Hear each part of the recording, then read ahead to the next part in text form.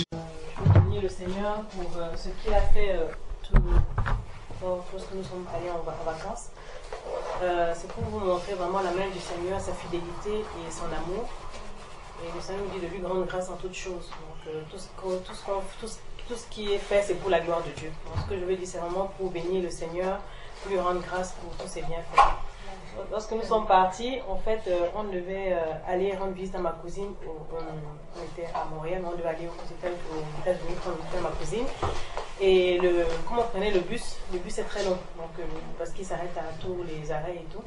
Alors, nous sommes arrêtés à 13h, à un moment, on s'est arrêté, c'était le terminus. On attendait un autobus qui nous conduisait aux États-Unis.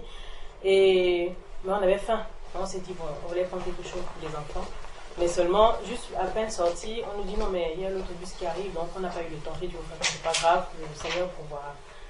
Donc, à peine monté dans le bus, je m'assois à côté d'une jeune dame. Je ne lui ai rien demandé, je suis juste arrivée, je lui dis bonjour, je m'assois. Et elle me dit, excusez-moi, j'ai des nuggets dans mon sac et tout. Est-ce que vous voulez que je vous donne? Et dans ma tête, je me disais, mais Seigneur, mais tu es merveilleux, parce que cette dame n'a pas écouté la conversation que j'avais avec le frère, et à peine assise, et le Seigneur fait mieux que je sois à côté d'elle, et elle me propose ça, et je dis, mais Seigneur, mais tu es bon. Et en plus de ça, nous aussi on avait faim, au-delà des enfants qui avaient faim, nous aussi on avait faim. Donc je regarde, je dis, mais vous êtes sûr? Elle me dit, oui, non, mais mon ami m'a acheté ça, mais je n'ai pas faim parce que je viens de manger. Donc elle nous a donné, on a pris, on a partagé et on a mangé. Donc on a béni le Seigneur. Donc c'est le premier témoignage. Le deuxième témoignage, lorsque nous sommes arrivés aux États-Unis, il y a un frère qui devait nous raccompagner à Chicago chez ma cousine. Mais seulement, il nous a accompagnés tard. Donc du coup, ma cousine était déjà sortie. Donc on s'est dit, bon, en attendant qu'elle arrive, toi tu as la route à faire, on retourne chez toi et laisse-nous un fast-food rapidement pour qu'on prenne quelque chose en attendant ma cousine, quoi. Et dès que on sort de la voiture du frère avec les bagages, et mon regard croise une jeune dame qui me fait un sourire. Je dis, gloire à Dieu, le sourire est gratuit, donc je souris. Et on entre dans le fast-food, on commence à commander, et elle m'appelle. Elle me dit bonjour, je m'appelle Deneika, je suis née de nouveau. Je dis waouh, Seigneur. À peine arrivée, la première personne que tu mets sur mon chemin, c'est une chrétienne à qui je ne demande rien, mais qui me dit qu'elle est née de nouveau.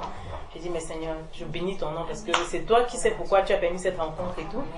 Alors cette dame s'ouvre à moi, elle me dit qu'elle est passée de délivrance en délivrance, elle est originaire du Bahamas et qu'elle a été victime de sorcellerie dans sa famille. Et elle a même marché nue dans la rue, mais le Seigneur l'en a délivrée. Elle me raconte tous ses soucis, tous ses problèmes qu'elle a eus et tout. Et moi, je l'exhortais vraiment selon ce que le Seigneur me mettait à cœur. Et elle me dit, mais j'ai du mal avec les maris de nuit. En ce moment, ce avec quoi je lutte actuellement, c'est les maris de nuit. Et donc, je l'exhortais, le temps passait, je l'exhortais. Donc, après, on a prié un petit peu ensemble. Et c'était le moment déjà de partir. Donc, je lui dis, bon, je lui mon adresse de ma cousine. Je lui dis, ma cousine habite là. Mais bon, le temps qu'elle arrive, on va arriver chez elle. Comme ça va être plus simple et tout. Elle me dit, mais non, mais j'habite à côté et je vais vous accompagner. Donc, une fois de plus encore, la main du Seigneur. Il pleuvait. Et il pleuvait en plus. La prière venait juste de commencer. Et par là-dessus, je vois ma cousine qui me dit, je vous appelle. Je dis, non, c'est pas nécessaire parce que je viens de rencontrer une dame qui nous dit qu'elle nous laisse chez toi. Ma cousine était bien dit, à peine arrivée, déjà je dis, bon, c'est le Seigneur qui a fait. Donc elle nous laisse chez ma cousine et puis bon, on a changé les numéros parce que j'avais à cœur vraiment, je me suis dit, il n'y a rien ne se fait au hasard avec le Seigneur. Donc j'ai compris que le Seigneur voulait vraiment que qu'on échange souvent pour t'exhorter. C'est le deuxième témoignage. Le troisième témoignage, quand on rentrait à Montréal, on s'est arrêté à Toronto, mais l'arrêt était assez long, c'était à peu près 2 heures. Alors quand on était dans le bus, il y a une dame, une maman d'un certain âge qui est passée, elle nous a dit bonjour, on lui a dit bonjour, mais sans plus. Arrivée à Toronto, c'était son dernier arrêt parce qu'elle habitait à Toronto. Donc elle m'appelle, elle me dit bonjour, vous venez d'où, vous allez où? On dit non, on va à Montréal. Et donc elle dit bon, moi je m'arrête là, mais si vous voulez, je vais vous montrer dans la gare de Toronto comment vous faites, vous branchez votre portable et tout. Mais mon cœur me disait que c'était un enfant de Dieu. Et on arrive, elle commence à échanger avec moi. Alors, vous faites quoi là-bas à Paris et tout? Vous allez à Montréal chez qui? Enfin bon, on a commencé à échanger. Et après, elle me dit, je vais prier pour vous. Donc, elle a prié pour moi, j'ai prié pour elle. Et elle me dit, bon, je prie vraiment que vos enfants marchent selon les voies du Seigneur avec ce monde qui est un peu compliqué et tout. Et moi, j'ai dit, ben amen, gloire à Dieu, c'est notre prière aussi et tout. Après, elle me dit, bon, moi, je suis infirmière, mais je reprends dans 2 heures. Donc, ce que je vais faire, c'est que je vais aller brosser mes dents rapidement. Je lui dis, ben, il n'y a pas de souci, allez-y, parce que le frère est allé brosser ses dents, comme on avait 2 heures.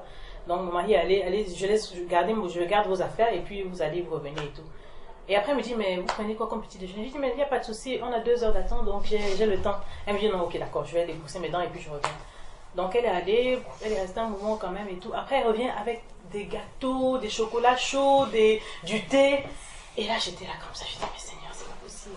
Vraiment, le Seigneur est fidèle et il m'a montré qu'il pourvoit vraiment dans les moindres détails. C'est vraiment le Dieu qui pourvoit et je bénis son nom parce que toute la gloire lui revienne, parce que tout ça c'est toujours, enfin moi j'ai été très encouragée parce que c'est vraiment des clins d'œil du Seigneur comme ça et c'est pas un hasard parce que le Seigneur nous montre toujours que partout où on est, il est capable de disposer quelqu'un qui ne te connaît même pas pour pouvoir accomplir quelque chose de précis dans ta vie. Donc pour ça je rends grâce au Seigneur et il y a quelque chose qui me revient aussi. Vous savez, les États-Unis c'est un peu violent selon les villes et Chicago est une ville très violente. Donc, quand on partait, j'avais fait la réservation, parce qu'on devait arriver un peu tard et tout. Donc, j'avais fait la réservation à un endroit où, je ne savais pas, c'était le sud de Chicago, mais c'est un peu chaud. Quand nous sommes arrivés, on est arrivé à 21h avec le bus. On s'est dit, bon, qu'est-ce qu'on fait? Je me suis dit, bon, soit on prend le bus, j'avais regardé tout, j'avais déjà tout regardé ici, donc le bus qui devait nous amener là-bas et tout. Et pendant qu'on attendait le bus, il était à son terminus, il devait partir genre 15 minutes après. Donc, après, il y a un monsieur qui nous approche, un taximan. Est-ce que vous voulez prendre un taxi? On dit non, non, ça va aller, on attend le bus et tout. Il me dit, mais montrez-moi quand même l'adresse où vous allez et tout. Je dis, bon, ça me coûte rien, donc je vais montrer.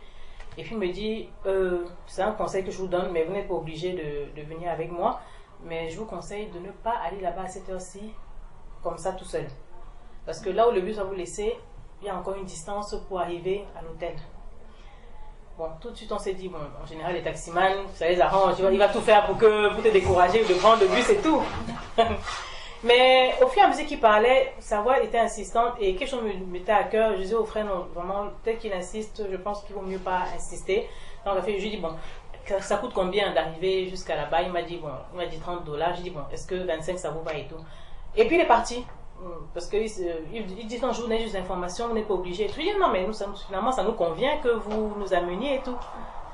Et finalement il nous a amenés et tout. Et tout le long du chemin, mais ça dit que tout était noir en fait. Et il nous montrait, il dit, quand je vous parlais, peut-être vous pensez que c'est parce que je voulais l'argent et tout.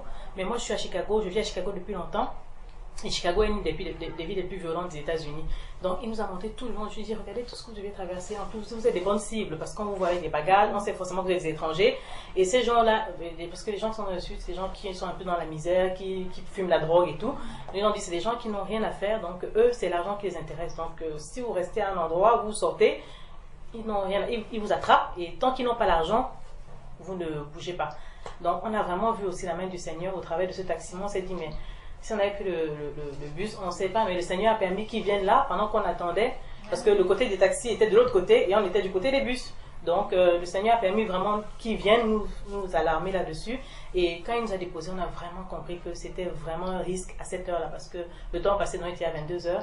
Et une fois de plus encore, le Seigneur a permis encore nous a protégés au travers de cet homme-là. Et je rends grâce au Seigneur. Donc, voilà. Là où le bus devait nous déposer, il y avait une partie d'autoroute encore à faire à pied avec les valises. On devait marcher sur l'autoroute à pied pour atteindre l'hôtel. Amen, amen. Et aussi, si je peux rajouter quelque chose. Bien sûr.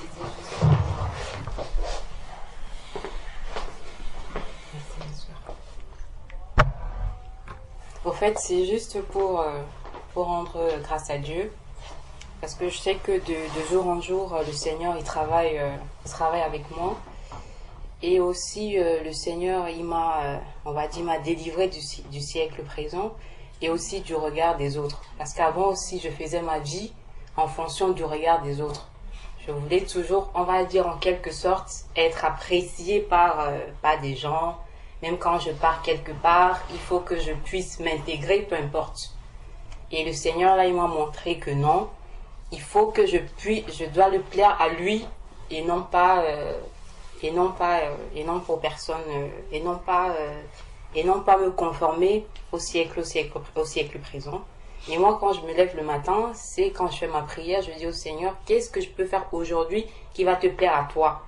et non pas qu'est-ce que je vais faire pour faire plaisir aux autres personnes. Et surtout, je sais qu'au boulot, c'est un monde vraiment, c'est un monde, on va dire, violent. Beaucoup de personnes qui se font martyriser, et quand tu es un peu à l'écart des autres personnes, ils te critiquent. Il y a beaucoup de personnes qui se suscitent dans le monde du travail. Heureusement, Dieu m'a donné cette force. Maintenant, quand je pars au travail, quand, on va dire, mes collègues, ils disent des conversations qui ne sont pas bibliques, je me mets à l'écart. Au début, ça me faisait de la peine. Parce qu'ils me disaient, ah, Christelle, tu dis rien, tu fais pas ceci. Maintenant, le Seigneur m'a fortifié. Quand ils critiquent, je leur dis ouvertement que je suis chrétienne et je ne prends pas part à ces conversations. Maintenant, je suis ferme envers eux. Et ils savent que je suis chrétienne. Au contraire, c'est eux qui viennent plutôt vers moi. Au début, je sais que c'était pas facile parce que je me sentais, j'étais seule, mais le Seigneur m'a vraiment donné cette force. Et vraiment, je rends gloire à Dieu par rapport à ça. Je me sens bien, je suis heureuse, je suis en paix. Je sais que c'est pas facile, je vous dis comme ça, mais c'était vraiment un grand travail. Et le Seigneur m'a délivré vraiment du siècle présent. Donc, quand je me lève le matin, vraiment ma pensée, ma prière, c'est Seigneur, qu'est-ce que je peux faire aujourd'hui pour te faire plaisir? Je ne vais pas non pas multiplier les paroles pour ne rien dire de bon. Parce que de nos jours, ce n'est que ça, snapper, on était ça. Rien à voir avec le Seigneur. C'est ça, au fait. C'était ça mon témoignage. Je voulais dire merci à Dieu par rapport à ça. Moi, je souhaite remercier l'Éternel qui a voulu. Merci. En fait, il y a plusieurs raisons dans ma tête, mais bon, je vais, suivant ce qui va venir. Déjà, par rapport, ma sœur parlait ce qui m'est revenu, c'est quand tu parlais des attaques de la dame qui avait des maris de nuit. Et je subissais, depuis que je m'étais éloignée de l'Éternel, je crois que j'ai toujours, depuis que je suis enfant, d'aussi loin que je me souvienne, je crois que j'ai toujours eu des attaques avec des monstres, des choses comme ça, des esprits, voilà. Tout un monde, on va dire, de fantasmagorie dont on prend vraiment conscience quand on vient à Dieu. Et on se rend compte qu'il y a aussi dans la culture africaine tellement de chansons où on invite, là j'ai récupéré mes enfants hier soir et ma fille voulait que je lui fasse un câlin, donc je lui faisais un câlin en lui chantant une chanson dans ma langue.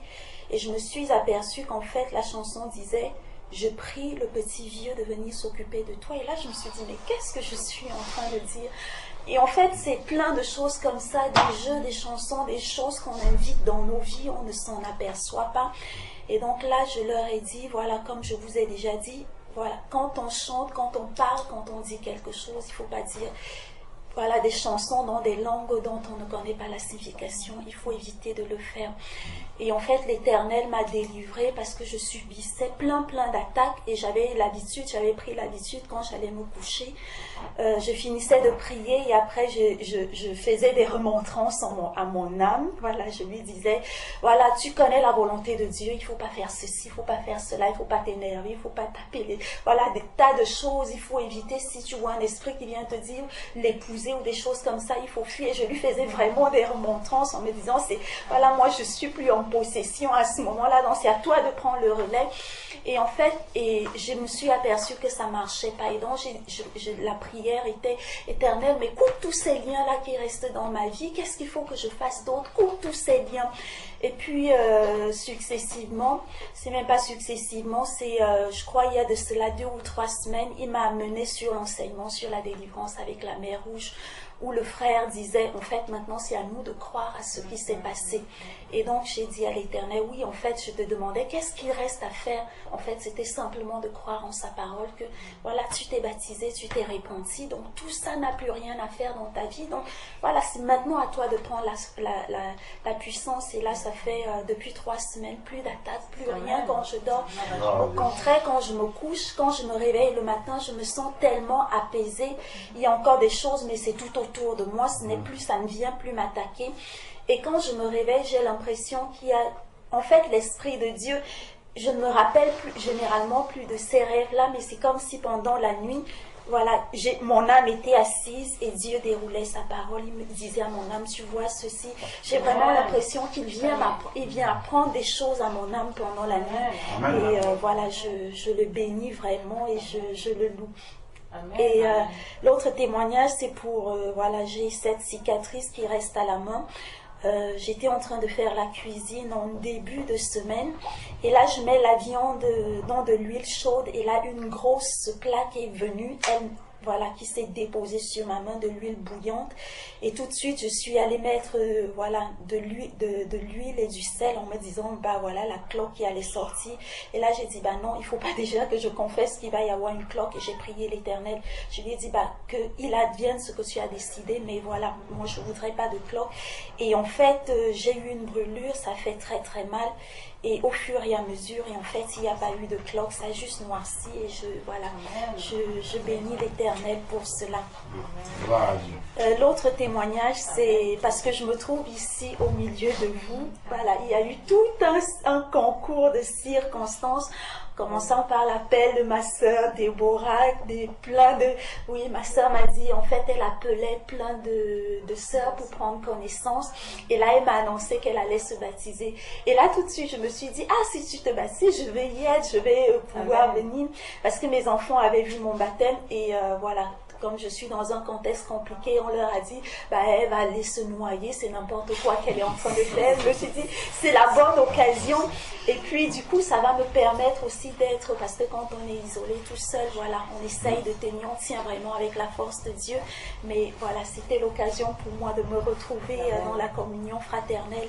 Et mes sœurs que j'ai eues au téléphone, je disais, je bénis l'Éternel parce que je viens d'une famille nombreuse où c'est assez compliqué et j'ai l'impression, j'ai toujours dit, je me suis toujours un peu sentie comme, je sais pas, le vilain petit canard. J'ai toujours été une enfant assez rebelle. Je pense que Dieu m'a fait passer par tout cela pour m'amener quelque part. Et je le bénis vraiment aujourd'hui parce que j'ai l'impression d'avoir une famille, d'avoir vraiment une famille. Et au départ, quand je suivais les enseignements, on est de cultures différentes, on appartient au même pays et je sais que nos tribus ne s'aiment pas beaucoup et ça avait été un frein au départ pour moi. Et là, je m'aperçois, bah non, ce sont les enfants de Dieu et je me sens en confiance avec vous. Et là, par exemple, mes enfants, je ne les aurais pas confiés, voilà, les laisser vagabonder comme ça, je ne serais même pas venue. Et je bénis l'Éternel parce que je sais, voilà, qu'il est dans ma vie et que je suis bien. Voilà, je suis dans une communion fraternelle et je bénis vraiment l'Éternel pour tout cela. Et maintenant, pour les questions, je pense qu'on attendra parce que Tu as une cantine de questions. Oui, l'Éternel a répondu à plusieurs. Moi, je pense que c'est lui qui... Ça, c'est encore mon doute à moi. L'Éternel a répondu à plusieurs questions et voilà, il faut... D'accord. J'en ai beaucoup d'autres. Voilà. Non, je bénis l'Éternel. Non, il y a un point, il y a quelqu'un qui veut intervenir. Je voulais d'abord dire quelque chose sur ce que la sœur Patricia a dit tout à l'heure. C'est très important. Lorsqu'elle disait qu'elle a écouté un enseignement et qu'elle a compris que le Seigneur attendait d'elle simplement qu'elle croie. Il y a un certain nombre de victoires que Jésus-Christ a accomplies déjà et qu'il a déclaré qu'elles sont accomplies pour ses enfants. Maintenant, c'est comme des lois en fait. Comme dans un pays, il y a le code de la route, par exemple, en France. Donc, on doit respecter le feu rouge. On ne doit pas passer en tant qu'automobiliste. Mais est-ce que c'est pour autant que tout le monde respecte? Il y en a qui violent le feu rouge. Donc, il y a des lois, par exemple, il ne faut pas aller cambrioler, enfin, il ne faut pas aller prendre de l'argent dans une banque, je vais dire ça live comme ça, il ne faut pas aller prendre de l'argent dans une banque sans demander. Non, normalement. Mais il y a quand même des cambrioleurs qui le font. Ils n'obéissent pas à la loi. Ben, c'est la même chose avec les lois de Dieu. Donc, le Seigneur a dit que tu es délivré. Nous tous, nous sommes délivrés. Marie de nuit, tous les esprits là, nous sommes délivrés Mais ça n'empêche pas que Satan va essayer de violer cette loi-là. Donc si maintenant on le laisse violer cette loi-là, si la banque ne prend pas les dispositions pour se protéger, ce n'est pas parce que la loi interdit le cambriolage que ça ne va pas marcher. Le cambrioleur vient, il va cambrioler, il va entrer, il va casser, et ainsi de suite. C'est à la banque de mettre les barricades, de mettre les vidéosurveillance, ainsi de suite, pour faire respecter cette loi-là. Donc, c'est à nous, maintenant, avec l'autorité que Dieu nous a donnée, de dire à Satan, tu n'as rien à faire ici. Maintenant, je suis un enfant de Dieu, j'ai reçu l'autorité du Seigneur. Si avant, tu venais essayer de me singer et tout ça, tu n'as plus rien à faire dans ma vie, tu pars maintenant. Donc, je me rappelle encore du témoignage d'une sœur qui était arrivée de la Belgique. Pareillement, elle était catholique d'abord avant, elle avait eu les problèmes de mari de nuit, tout ça. Elle avait même été, quand elle était catholique, elle comprenait pas ce que c'était. Et puis un jour sur Internet, elle avait entendu un pasteur parler de ça. Et lorsque le pasteur est venu dans une autre ville, à Bruxelles, elle a voyagé de sa ville pour aller assister au culte que ce pasteur-là donnait, juste pour le rencontrer à la fin et lui parler de son problème. Et puis, il avait dit à la sœur qu'il n'a pas le temps pour prier, bon, qu'elle aille dans une église évangélique, on va lui expliquer ce que c'est. Elle a rejoint une église évangélique qui n'avait pas beaucoup de temps pour elle. Elle est restée à la maison, et puis en suivant les vidéos, elle a rencontré le Seigneur, elle était venue pour le baptême, mais elle ne nous a pas parlé de ça. Donc, on avait juste parlé de ce que le Seigneur nous avait mis à cœur ce temps-là. Et puis, quand elle est retournée chez elle, elle a eu une attaque encore comme ça qui est venue. Et là, elle a livré un combat avec cet esprit-là, en lui disant qu'aujourd'hui, le corps, c'est le temps du Saint-Esprit. Tu n'as rien à faire ici, au nom de Jésus. Et elle disait que vraiment, quand elle dormait, elle sentait une présence, comme quelqu'un qui venait pour se coucher à côté d'elle, ainsi de suite. Et là, elle a dit que depuis ce jour où elle a confessé le nom de Jésus, comme ça que j'appartiens à Jésus, ce corps, c'est le temple du Saint-Esprit, tu n'as plus rien à faire. Terminé. Elle se serait laissée faire, voilà, l'esprit aurait continué, le diable, comme la Bible dit, hein, mon peuple périt faute de connaissance. Donc si tu ne rappelles pas la loi au diable, il la viole parce que tu ignores la loi en fait. Donc quand tu connais tes droits, en Jésus-Christ tu les exerces et puis le diable il n'a rien à faire. Donc c'était vraiment pour pouvoir encourager encore d'autres. Si on a des combats spirituels comme ça, de tous les ordres, dans le sommeil et tout ça, moi ça m'arrive régulièrement de prier dans le sommeil. C'est-à-dire que j'ai une attaque en train de dormir, je commence à prier et si tu es à côté de moi, tu m'entendras prier. C'est vraiment en fait un encouragement pour nous dire, comme tu donnais des conseils à ton âme là, effectivement le Saint-Esprit qui est en nous, lui, ne dort pas.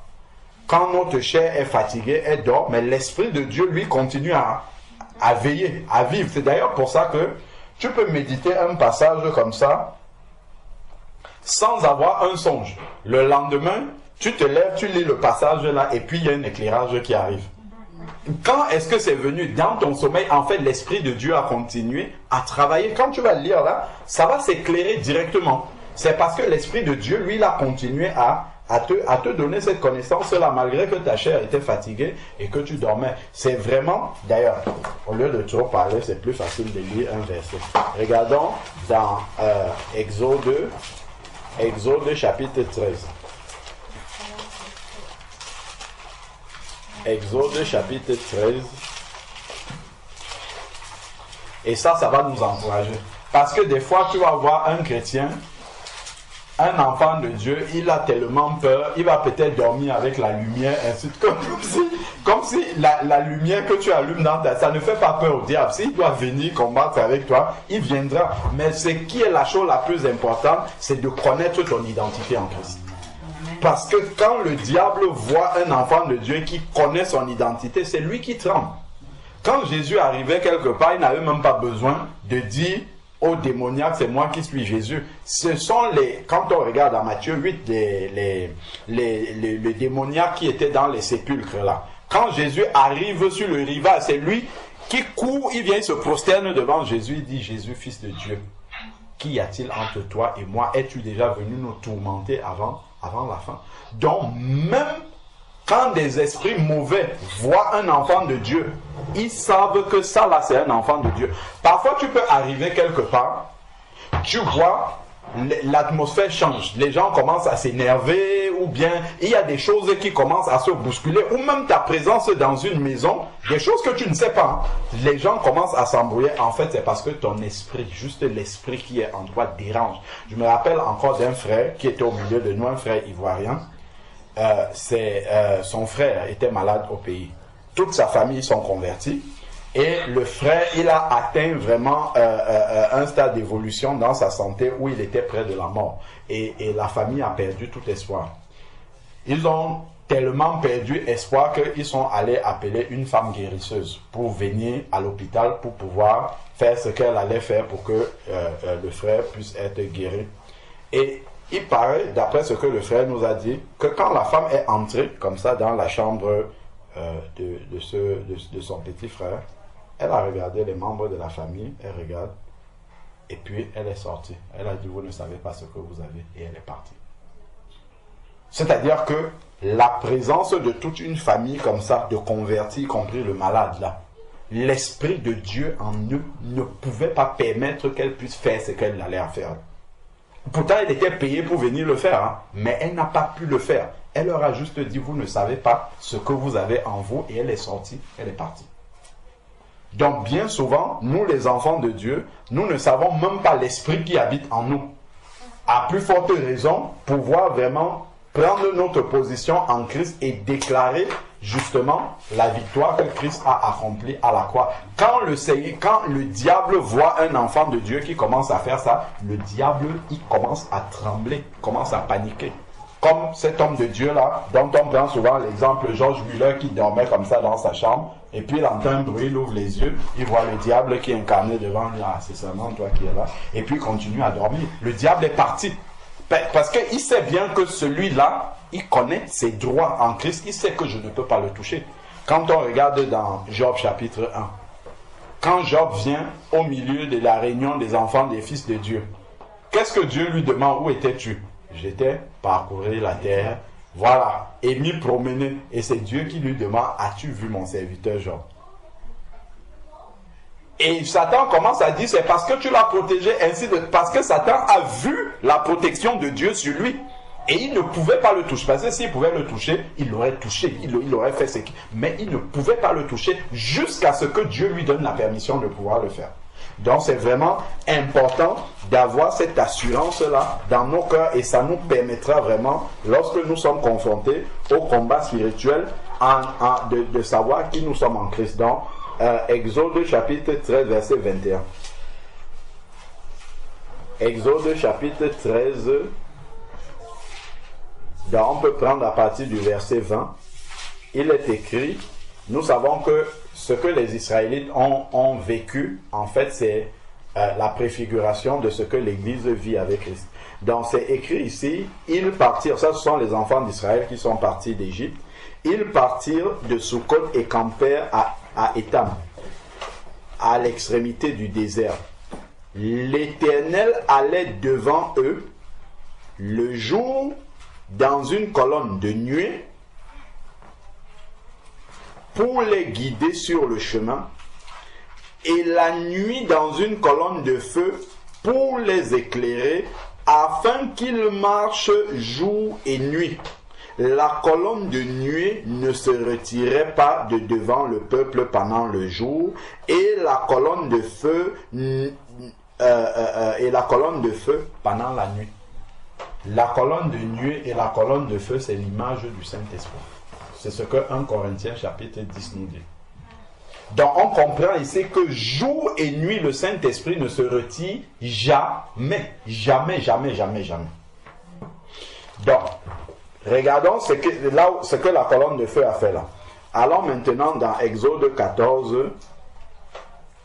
Regardons ce qui se passe. Exode chapitre 14. On a lu ça vendredi. Je veux juste nous montrer un verset là.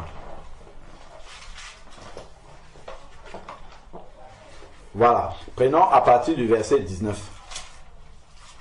Exode chapitre 14 à partir du verset 19. L'ange de Dieu qui allait devant le camp d'Israël partit et alla derrière eux. Regardez. la colonne de nuée partit de devant eux et se tint derrière eux. Elle se rendit, comment? Entre le camp des Égyptiens et le camp d'Israël.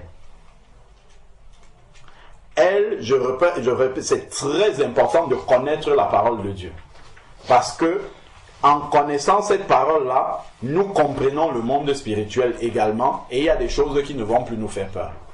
Donc, et des victoires que nous allons saisir. Il est écrit ici, elle, la colonne de nuée là, la colonne de nuée partit de devant eux et se tint derrière eux. Elle se rendit entre le camp des Égyptiens, ça c'est l'image des démons, de Satan, des ténèbres, entre les Égyptiens et le camp d'Israël, qui est l'image des enfants de Dieu. Elle était pour les uns nuée et ténèbres pour les autres. Elle éclairait la nuit. Ils ne s'approchaient pas les uns des autres toute la nuit. C'est ça que l'Esprit de Dieu fait. C'est ce que l'Esprit de Dieu fait toutes les nuits quand nous dormons. Et de temps en temps, le Seigneur permet que dans des songes, nous voyons un peu du combat spirituel qui se passe lorsque nous dormons. Pour que nous en soyons conscients. C'est juste pour ça que le Seigneur le permet. Que nous sachions que lorsque tu pries avant de dormir, ce n'est pas juste que tu envoies des paroles en l'air comme ça, c'est vraiment indispensable ce que tu es en train de faire. Parce qu'il y a vraiment... Si le diable pouvait éliminer tous les enfants de Dieu là, en sorte qu'il n'y ait plus de prière ni de Saint-Esprit sur la terre qui le dérange, ben il nous aurait tués nous tous pendant que nous dormons.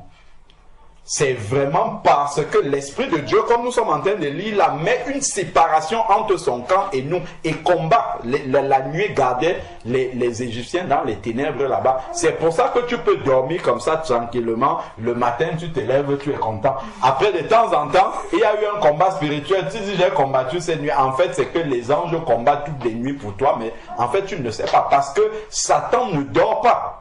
Et comme la Bible dit, il est vraiment persévérant, cherchant une occasion. Et à chaque fois que nous dormons, selon la chair, nous sommes couchés là, pour lui, c'est une occasion favorable.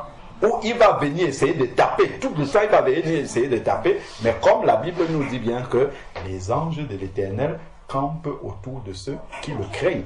Donc les anges sont là vraiment pour nous garder tel que la Bible nous dit ici. Donc quand nous savons que ça c'est vrai, nous prenons cette autorité-là. Le jour où dans les songes, dans les rêves, ainsi de suite, il y a un combat spirituel, on le mène en sachant que nous sommes en Christ. Parce que nous voyons cette victoire-là déjà acquise à la croix pour nous. Parce que ça c'est le truc qui va toujours arriver. Et il n'y a pas quelqu'un... Si le diable a tenté notre propre maître, Jésus-Christ, en le transportant d'un endroit à un autre, ce n'est pas nous qu'il va... Voilà, il ne va pas avoir peur de nous et se dire, bon, non, ça sont les gens qui ont le Saint-Esprit. Donc, il sait déjà qu'il est vaincu, mais il va essayer quand même. Comme ça, si tu ignores, ben, il va avoir le dessus sur toi. Si tu ignores qui tu es en Christ, la victoire que Christ a acquis pour toi, il va prendre le dessus. Mais quand tu le sais et que tu le confesses, comme Jésus, il est venu, il a tenté Jésus pas une fois, pas deux, jusqu'à 3 fois. Avant que le Seigneur ne lui dise retire-toi, et la Bible dit encore il s'est retiré en entendant une autre occasion favorable. Donc c'est la même chose comme la Bible nous dit dans Matthieu 10 que le disciple n'est pas plus grand que son maître. Donc tout ce qui est arrivé au maître, ça va nous arriver aussi. Donc le diable va toujours, tant qu'il n'est pas encore enchaîné, comme nous dit Apocalypse chapitre 20, il va toujours venir essayer, mais le Seigneur sait qu'il nous a donné déjà la clé de la victoire, de confesser, je vous ai donné l'autorité sur les serpents, les scorpions et sur toute la puissance de l'ennemi et rien ne pourra vous nuire. Donc vraiment, il est important de connaître cette position en Christ là et puis de ne pas paniquer. C'est-à-dire que quel que soit ce qui arrive, il ne faut pas commencer à crier « Ah frère Jean-Paul, frère Alain, c'est terrible chez moi ici. » En fait, ce avec quoi ils vont venir, ce que nous on va apporter là, c'est la même chose qui en toi. C'est juste que peut-être nous on connaît plus. Voilà. Ce n'est que ça la différence. Hein. Mais ce n'est pas un plus grand Saint-Esprit que ce que tu as. Ce n'est que la connaissance et la foi vraiment qu'on attache à ce Saint-Esprit-là qui est en nous. C'est tout. Mais sinon tu as les mêmes armes pour pouvoir combattre et terrasser ces esprits-là. Amen. Du coup, je me permets encore de prendre la parole. Ça me rappelle un rêve que j'ai fait en début d'année. Voilà, je m'étais déjà repentie, mais pas encore baptisée. Et en fait, j'étais en train de dormir et là, j'ai eu une pensée. Je pense que c'était une pensée de Satan pour me faire peur, qui me dit, là je vais constituer toute une armée et tu vas voir, on va venir t'assiéger, là tu ne te lèves pas demain matin. Et en fait, au même moment, j'ai vu c'était vraiment un gigantesque, j'ai envie de dire, je ne sais pas si c'est ça qu'on appelle des égrégores, c'était un démon avec des assemblages de divers démons, donc c'était vraiment une créature monstrueuse qui est entré par la fenêtre, qui s'est dit, mais en chantant, il était sûr de sa victoire, en me disant, je vais venir te manger ce soir, tu te lèves pas demain matin. Et là, il s'avançait, tous ces démons-là qui le constituaient, ils s'avançaient vers moi, et là, j'ai commencé à pleurer. Mais c'était dans le rêve, je pleurais, et j'appelais Dieu, oh viens à mon secours, je pleurais. Et là, le dragon, le monstre, il est venu, il est monté sur mon lit. Au moment où il voulait venir, il a voulu me toucher. Et là, j'ai dit, au nom de Jésus-Christ. Et là, le truc a disparu comme par enchantement. Et je me suis réveillée. Je me suis dit, mais mince, c'est vraiment la puissance du nom de Jésus. Amen. Amen. Amen. Amen. Et ça se voit même, enfin, je l'ai souvent entendu que même souvent, des personnes qui ne sont pas enfants de Dieu, en danger, quand ils prononcent même seulement le nom de Jésus, parfois le diable il a peur et il part.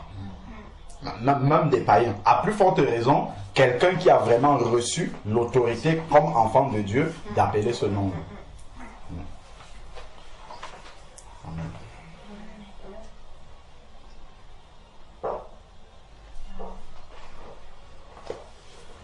Il y a quelque chose que tu voulais dire? Oui, non, je voulais ajouter juste quelque chose sur ce que la sœur a dit par rapport à la délivrance et par rapport à la puissance de Dieu et la parole de Dieu.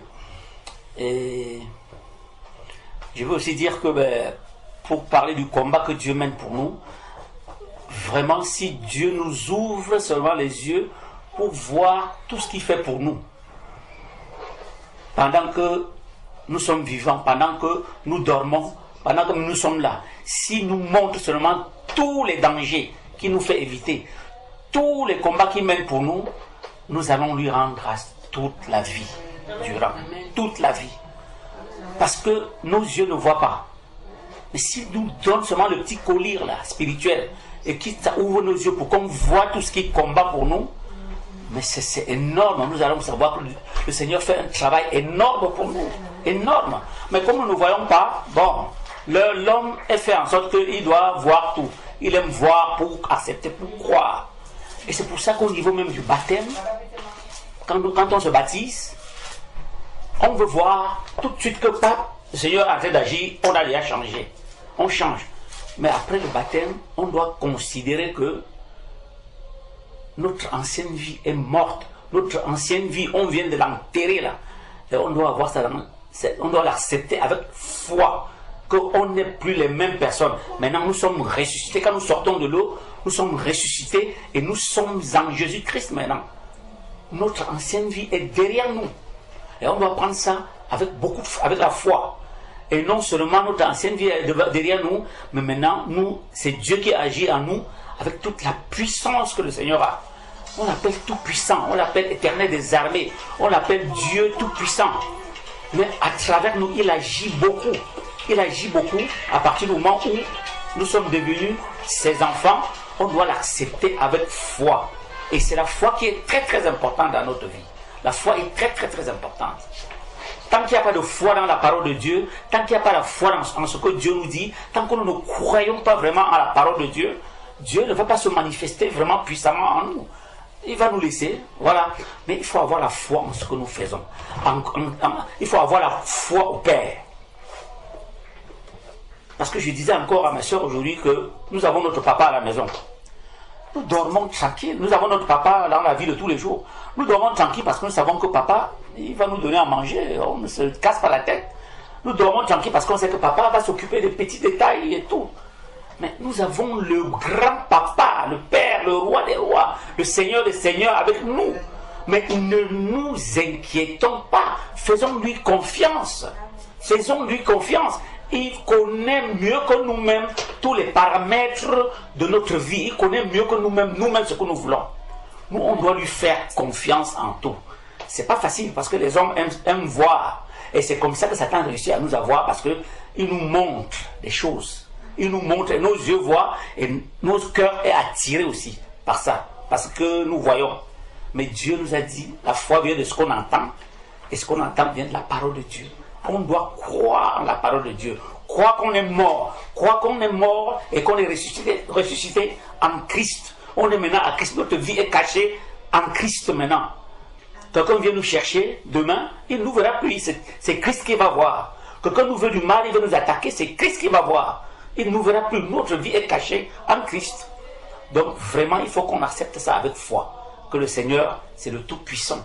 Nous sommes morts, notre ancienne vie est morte.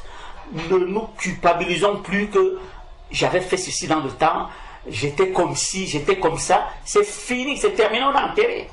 On a enterré cette vie-là. Maintenant, c'est une nouvelle vie qui démarre. Une nouvelle vie en Christ. Le moi ou le nous, l'autre, qui croyait en Dieu, qui vivait dans le péché et tout, qui est né des parents de chair, mais cette personne-là est morte. Nous sommes en Dieu aujourd'hui.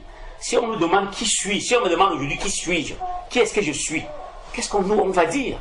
Maintenant, les hommes disent, je suis ceci par rapport à son rang social.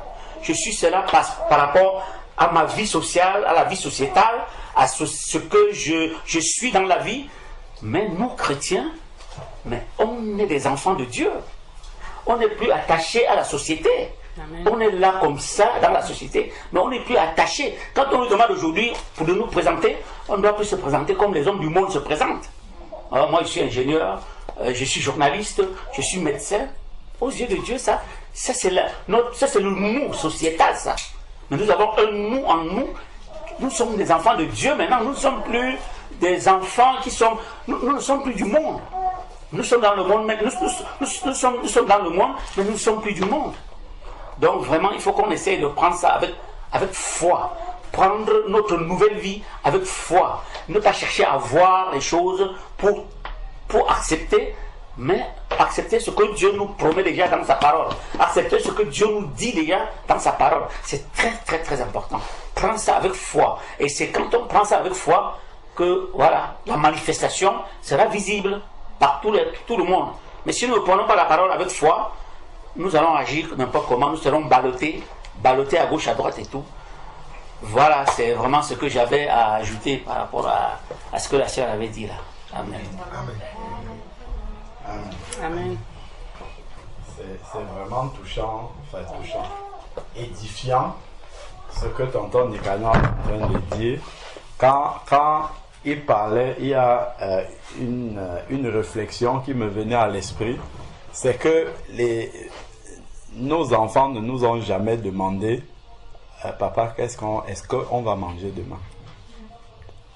Juste ça, c'est-à-dire que ça ne leur traverse même pas l'esprit de s'inquiéter, est-ce que demain il y aura la nourriture, alors que peut-être c'est chaud, hein? Peut-être les parents ne savent pas, est-ce que vraiment il y a quelque chose mais les enfants n'ont jamais posé cette question-là, et ça montre vraiment une dépendance absolue en fait aux parents, alors que ce sont des parents faillibles. C'est les parents qui peuvent tomber malades, c'est les parents qui peuvent perdre leur revenu, leur emploi, et pourtant les enfants ont c'est pour cette raison-là, entre autres, le Seigneur nous donne une bonne image quand il nous dit, si vous ne vous convertissez pas jusqu'à devenir comme des petits enfants, en fait vous n'êtes pas digne d'être mes disciples, parce que le Seigneur attend vraiment un abandon total, complet. Et comme tonton Nicanor dit, le problème c'est que l'homme a d'abord été conçu dans la chair et habitué à voir les choses, attacher sa confiance à ce qu'il voit. Mais dès l'instant qu'on ne voit pas les choses, et c'est avec ça que le diable va nous avoir beaucoup. C'est écrit dans Éphésiens chapitre 6, parmi les armes spirituelles. c'est écrit, prenez le bouclier de la foi avec lequel vous pourrez éteindre, pas certains, il est écrit, tous les traits enflammés de l'ennemi. Parce que par la foi, si tu regardes la parole de Dieu, tu dis, Dieu a dit ça, voilà, c'est la vérité, Satan, c'est terminé. Parce que c'est vraiment par la foi dans la parole de Dieu que Jésus il a vaincu Satan lorsque Satan est venu dans le désert. Il est écrit ceci et il ne discute plus avec Satan. Il est aussi écrit ça, il ne discute plus avec lui. C'est fait. Et Satan lui-même, on voit que Satan n'a pas argumenté avec Jésus-Christ. Parce que Satan connaît aussi la parole. D'ailleurs, il la cite aussi hors contexte.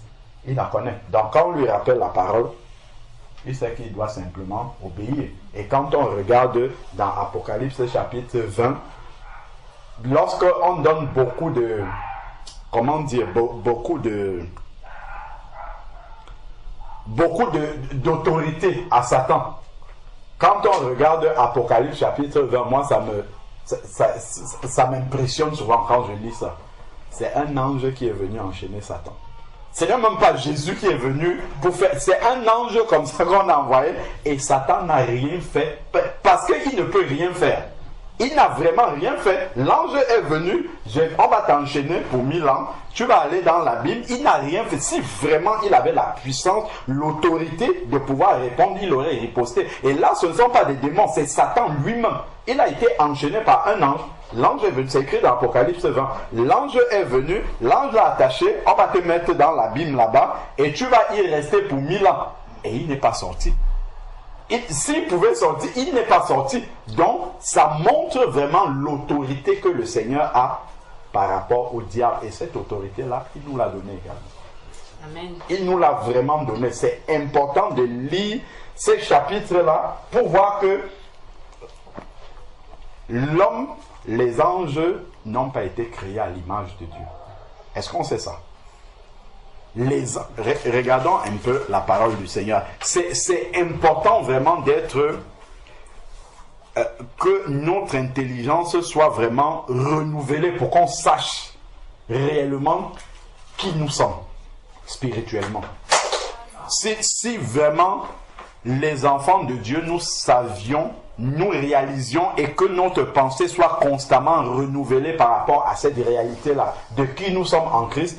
Il y a beaucoup de choses pour lesquelles on ne devait même pas être dans l'inquiétude, dans l'embarras, ainsi de suite. Là, on parle beaucoup du diable. Regardons un peu, je crois que c'est dans 1 Corinthiens chapitre 6. 1 Corinthiens chapitre 6, ça c'est vite fait. 1 Corinthiens chapitre 6, il y a quelque chose qu'il dit là, et rapidement. C'est juste peut-être un bout de verset. 1 Corinthiens chapitre 6.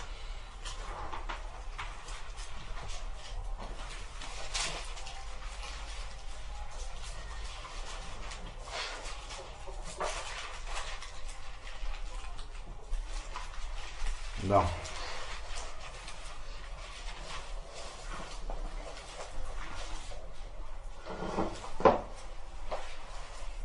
Dans 1 Corinthiens chapitre 6 verset 1, quelqu'un de vous, lorsqu'il a un différend avec son frère, ose-t-il plaider devant les infidèles et non devant les saints?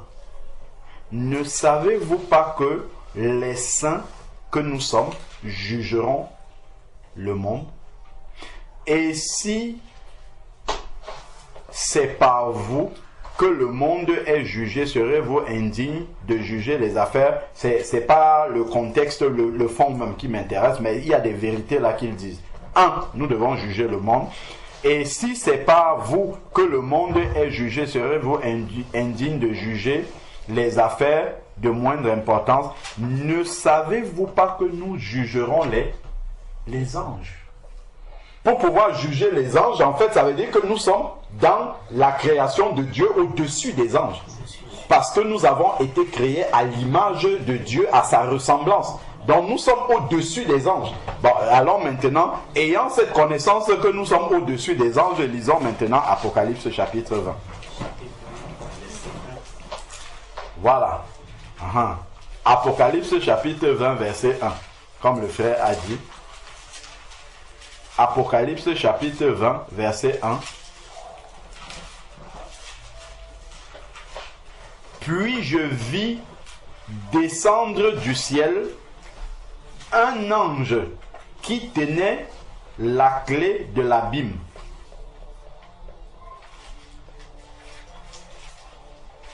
Et une grande chaîne à la main. Il saisit le dragon, le serpent ancien, ça c'est Satan lui-même qui est saisi ici, qui est le diable et Satan, et le lia pour 1000 ans. Si Satan pouvait faire quelque chose, pourquoi il ne fait pas ici? Ça c'est un ange qui fait ça. À plus forte raison, un enfant de Dieu qui a l'autorité du nom de Jésus-Christ. Ça c'est un ange qui fait ça à Satan lui-même directement, et Satan ne peut pas réagir. Donc il le lia pour 1000 ans et il le jeta dans l'abîme, qu'il ferma et scella au-dessus de lui, afin qu'il ne séduise plus les nations jusqu'à ce que les 1000 ans soient accomplis. Après cela, il faut qu'il soit délié. Donc, pour qu'il soit délié, on vient le délier. S'il avait la possibilité de se délier, il l'aurait fait. Il faut qu'il soit délié pour un peu de temps. Donc, nous voyons ici vraiment que si un ange a pu lier Satan, à plus forte raison, un enfant de Dieu qui vient avec l'autorité du nom de Jésus. Donc, quand un enfant de Dieu vient avec l'autorité du nom de Jésus, c'est comme si c'est Jésus, il vient avec le mandat de Jésus. C'est un peu comme, je ne sais pas, soit un huissier de justice. Il vient avec un mandat pour accomplir la loi. Donc quand il vient, c'est comme si c'est le procureur qui lui a donné le mandat qui était là. Donc il accomplit ça au nom vraiment du procureur. Donc c'est comme si le procureur s'était déplacé là, un peu comme dans Genèse 24, quand on voit le serviteur d'Abraham qui part pour chercher une femme à Isaac. Donc c'est comme si Abraham s'était déplacé lui-même. Donc il a donné le mandat à cette personne de le faire. Donc quand on se met au nom de Jésus, que ce soit devant le diable, devant la maladie, c'est comme si c'est Jésus qui s'est placé là pour le faire. Donc, si un ange déjà peut enchaîner le chef de tous les démons là, à plus forte raison un enfant de Dieu devant un démon qui a l'autorité du nom de Jésus. C'est vraiment comme tonton Nicanor dit, c'est juste une question de foi. La foi que nous attachons dans ce que Dieu a dit, c'est ça qui pose un problème vraiment. Il te sera fait selon ta foi. Même Satan était selon ta foi. Il voit si quand tu dis au nom de Jésus, si les pieds tremblent un peu, si dans le cœur tu dis, bon, on dit au nom de Jésus, on va voir s'il va faire. Il essaye d'abord de résister. Évidemment, il ne va pas fuir directement. C'est un peu comme si tu tapes les pieds, tu vois s'il va fuir. Tu tapes les pieds, lui aussi tape les pieds. Et il veut voir si tu es ferme dans ce que tu dis. Donc, et c'est la foi maintenant qui va te faire soit insister, soit te tourner et fuir plutôt devant lui. Mais si tu connais les Écritures, tu ne vas pas te tourner pour fuir. Tu sais que c'est lui qui doit fuir. Donc si tu as la foi que c'est lui qui doit fuir, tu vas le poursuivre. Mais si tu n'as pas cette foi-là, tu vas te tourner pour fuir et il va dire, regardez alors celui-là, il est en train de fuir comme ça, il ne sait pas que c'est moi qui dois fuir. Vous voyez, donc c'est vraiment à ce niveau-là que parfois on perd des combats spirituels que normalement c'est déjà acquis en fait, c'est acquis en Christ. Mais comme il nous manque... Soit il nous manque la connaissance, parce que parfois aussi, certains enfants de Dieu ne savent pas qu'ils sont en Christ. Ils vont commencer à supplier des choses que normalement il y a juste à dire au nom de Jésus, la chose arrive. Ou alors, ils savent, mais la foi n'est pas complète. La foi, il se dit, ah, peut-être que oui, peut-être que non, peut-être que ceci. Et le diable, lui, il en profite. Lui, il est comme ça. Car il profite de l'ignorance. Quand tu ne sais pas, il te fait croire des choses. Et Satan, lui, il agit justement dans le visuel. Lui, il manifeste des choses qu'on voit. Or, comme notre pensée a toujours été dans ce qu'on voit, ça nous influence beaucoup. Et Satan, il fait des choses grandes qui frappent les yeux. Et donc, si nous ne gardons pas les yeux sur la parole du Seigneur, on va se laisser influencer par ce qu'il fait. Et il va prendre le dessus sur nous. Donc, c'est vraiment important de réaliser ça. Amen. Amen. Je peux dire quelque chose? Bien sûr. En fait, je trouve ça très intéressant. Il y a quelques semaines, si j'avais entendu ça, je me serais dit oui, tranquille, moi j'ai la foi et tout et tout. Et sauf que quand en fait ça nous arrive, c'est pas pareil. Je sais pas si tu te rappelles de Fama, ma copine. Donc j'ai une histoire à vous raconter. Si tu peux leur donner un petit aperçu, moi je m'en rappelle et j'en ai subi même les faits. Ça, sans la connaître, hein, juste en entendant son histoire, ouais. J'ai eu une belle visite la nuit. Après avoir juste entendu, j'ai dit juste entendu l'histoire, hein.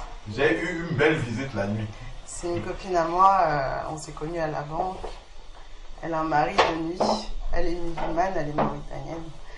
Et bon, il lui fait subir vraiment des choses pas faciles. Donc moi, je lui parlais de Dieu et tout, mais elle était à fond dans son... Voilà, moi je suis musulmane et tout.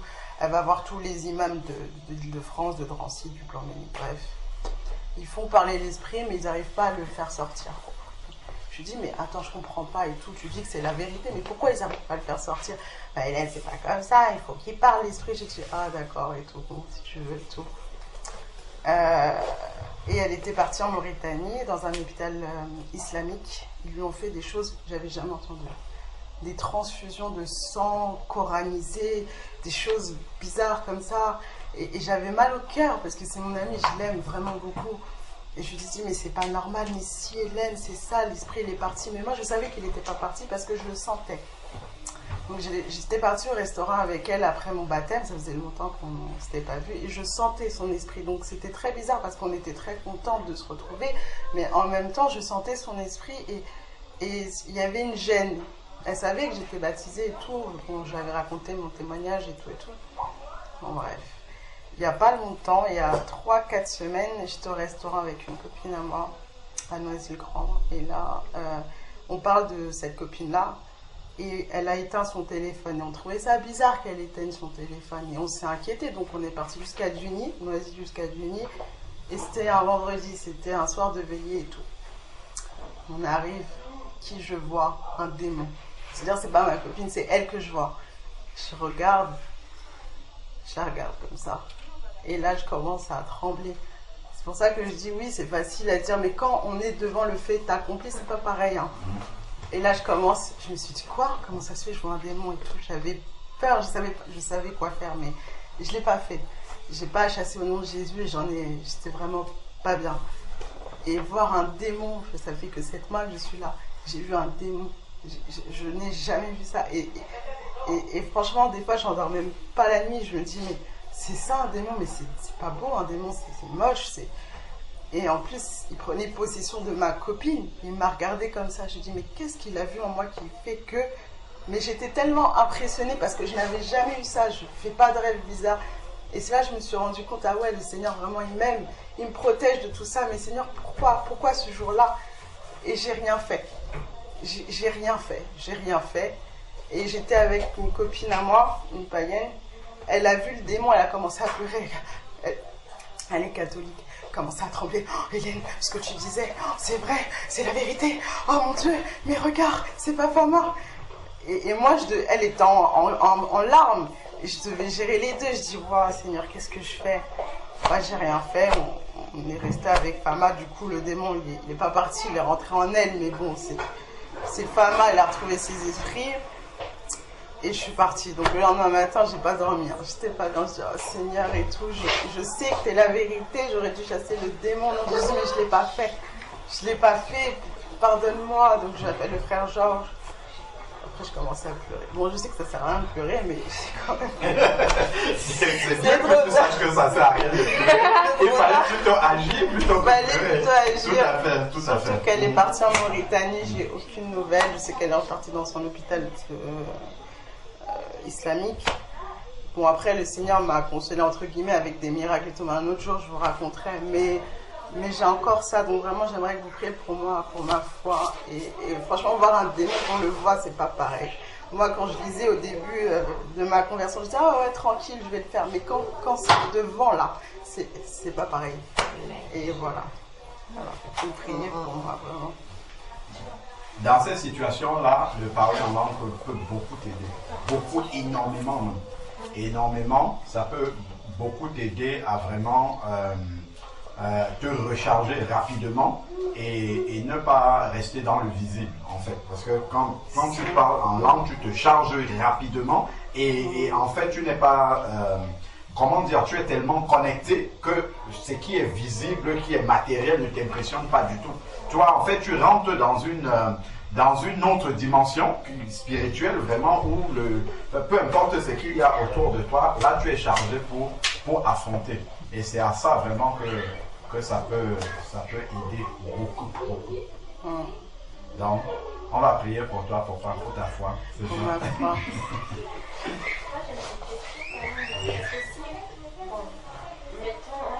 En mettant justement le cas où la sœur justement elle se mettait justement à chasser ce démon-là. Qui allait nous retenir? C'est elle qui allait retenir la fille si elle se mettait à agiter partout. Comment ça allait se passer? Ah mais là c'est sûr, hein, obligé, hein. C'est sûr, parce que ma copine elle pouvait pas de toute façon. C'était la nuit, c'était vers 23h, il y avait la veille, j'écoutais en plus en même temps. Vous étiez chez toi? Ah non, c'était à Duni. Chez ta copine? Non, c'était dans la rue, on était dans la rue. C'était dans la rue. Ah, tu veux dire physiquement, parce qu'effectivement, ces esprits-là sont forts physiquement. Ah, oui, c'est ça. Donc, Dieu leur a sacrifié, Dieu leur a donné plus de force. Parce que souvent, quand il y a les frères qui sont là, qui peuvent tenir, bon, Dieu sait que même avec la force naturelle, on peut arriver à tenir quelqu'un qui manifeste les esprits. Mais je crois que dans son cas, Dieu aurait soit anéanti directement la force de cet esprit-là pour que sa copine, le démon ne se manifeste pas d'une manière physique qui dépasse la sœur, ou ne soit pas agressif, parce que tu sais, même juste avec le nom de Jésus, hein, le Seigneur peut faire en sorte que l'esprit ne puisse même pas s'approcher, te toucher. Donc, juste avec le nom de Jésus, l'esprit va rester, elle va peut-être manifester, parce que il y a plusieurs manifestations que j'ai déjà vues. Par exemple, des manifestations où quand l'esprit va commencer à se manifester, ça va se manifester par l'agressivité. La personne va se lever et foncer sur toi. Là, il faut vraiment la force pour tenir la personne. D'autres fois, la personne va tomber par terre. Elle ne va pas venir de manière agressive, mais elle va manifester l'esprit là. Donc Dieu peut cantonner aussi la personne comme ça. C'est-à-dire que la sœur n'a pas besoin de venir la tenir pour faire qu'elle reste simplement à côté. Elle proclame au nom de Jésus. Si c'est l'esprit du serpent, la personne va se tourner là, ainsi de suite. Et après, elle va se fatiguer et puis l'esprit va partir. Donc je crois que vraiment, selon les circonstances comme ça, Dieu va vraiment venir au secours. Parce qu'il sait que voilà, elle est seule physiquement. Donc Dieu va vraiment bloquer déjà même la force physique de cet esprit-là pour qu'elle puisse y arriver. Je crois que c'est comme ça que le Seigneur pourrait opérer. Mais dans un premier temps, le nom de Jésus-Christ est très important. Dans tout ce qui peut arriver, de mauvais qui vient de l'Est, qui vient de Satan, le nom de Jésus-Christ anéantit tout. Mais on a un Seigneur tout puissant. On prononce seulement son nom, lui sait comment il va agir. C'est tout. On dit au nom de Jésus-Christ, il sait ce qu'il va faire. Lui seul sait ce qu'il va faire. Mais lui, ne disons pas comment il va faire, comment il veut faire, comment. Non, c'est seulement Jésus-Christ et il sait ce qu'il va faire. Tu es seul. Quand tu es seul en face de cette personne, il sait comment il va agir. Donc si vous êtes nombreux, il sait comment. C'est lui Jésus qui sait comment il va agir. Mais c'est le nom de Jésus-Christ seul qui est très très très puissant. Tout puissant. Même le diable sait comment il doit réagir aussi devant le nom de Jésus-Christ. C'est ce qu'il doit faire.